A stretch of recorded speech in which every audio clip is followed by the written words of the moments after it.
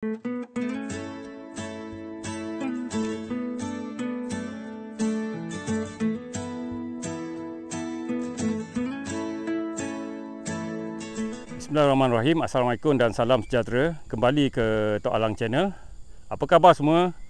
Saya doakan tuan-tuan, puan-puan semua, sahabat-sahabat Tok Alang sihat walafiat bersamping keluarga tersayang di tengah-tengah pandemik COVID-19 yang sedang melanda dunia sekarang ni. Negara kita tidak terkecuali. Kes masih belum turun lagi. Jadi jaga diri masing-masing. Kita jaga kita. Baiklah ya, perkongsian kita pada kali ini sangat simple, sangat mudah. Iaitu seperti biasa, saya akan cuba jawab soalan kawan-kawan kita lah. Soalan yang biasa kita ditanya oleh, dia kata kebun saya nampak macam padang golf, macam padang bola. Macam mana saya buat? InsyaAllah saya akan share. 2 ekar saya jaga sendiri. Saya tak ada upah orang, saya dengan isteri saya lah. Kebun jauh, kita datang kebun pun seminggu 3-4 kali je. Bagaimana kita urus rumput, rumpai di kebun kita. Tapi sebelum itu, seperti biasa, kepada tuan-tuan, puan-puan, sahabat-sahabat saya ni yang masih lagi belum tekan butang subscribe, bolehlah bantu saya untuk memperkembangkan channel kita ini supaya lebih ramai lagi dapat berkongsi pengalaman. Jangan lupa tekan butang subscribe dan juga loceng notifikasi sebagai tanda sokongan kepada kami berdua. Mengurus rumput rumpai di kebun. Kita berhenti dulu sekejap.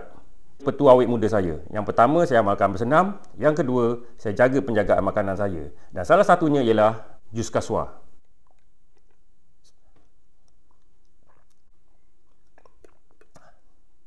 Jus kaswa ni baik untuk penjagaan kesihatan kita secara keseluruhan. Dan yang paling penting, dia dapat kawal darah tinggi, kencing manis. Dan bagi saya ambil untuk menjaga paras kolesterol saya. Yang kolesterol tinggi sikit. Jadi kita jaga supaya tidak terlalu tinggi dan membahayakan kita. Yang penting awet muda.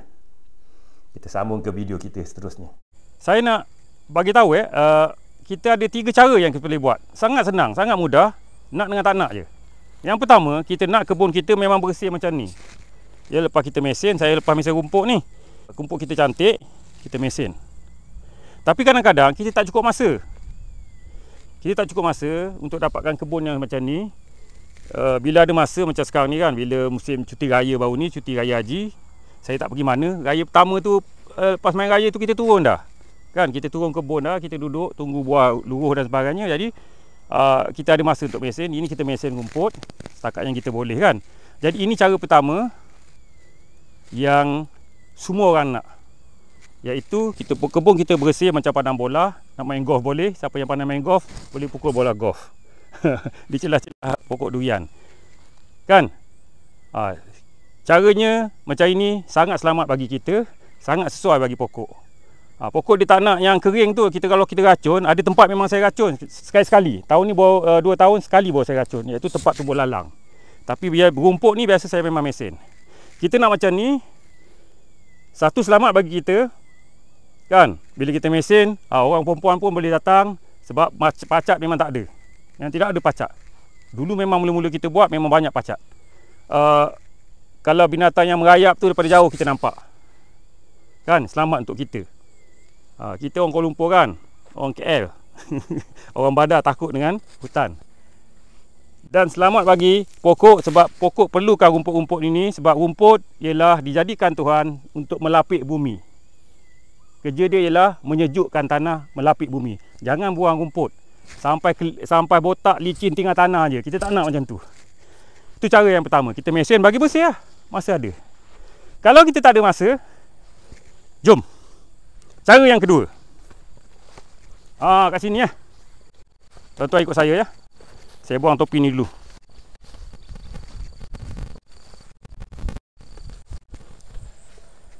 Kita buat lorong ke pokok. Ini satu lorong ke pokok. Okay, kita tengok lorong yang kedua.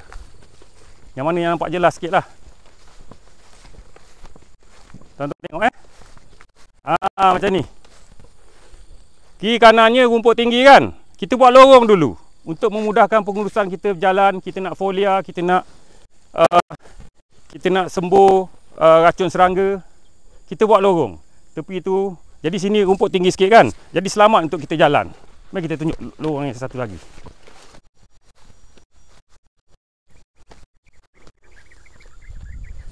Okey ya. Kiri kanan saya ni lalang.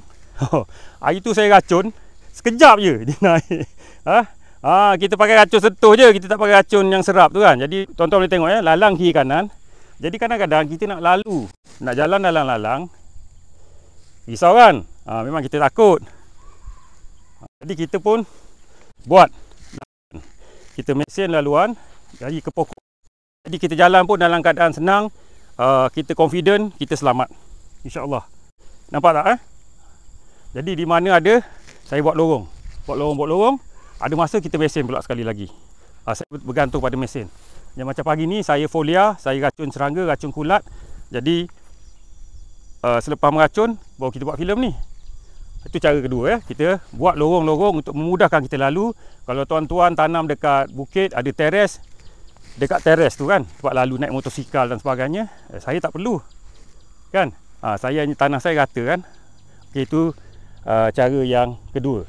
Cara yang ketiga, yang ini saya rasa semua orang boleh buat, iaitu mari kita tengok okay, cara yang ketiga, iaitu kita bersihkan di keliling pokok kita.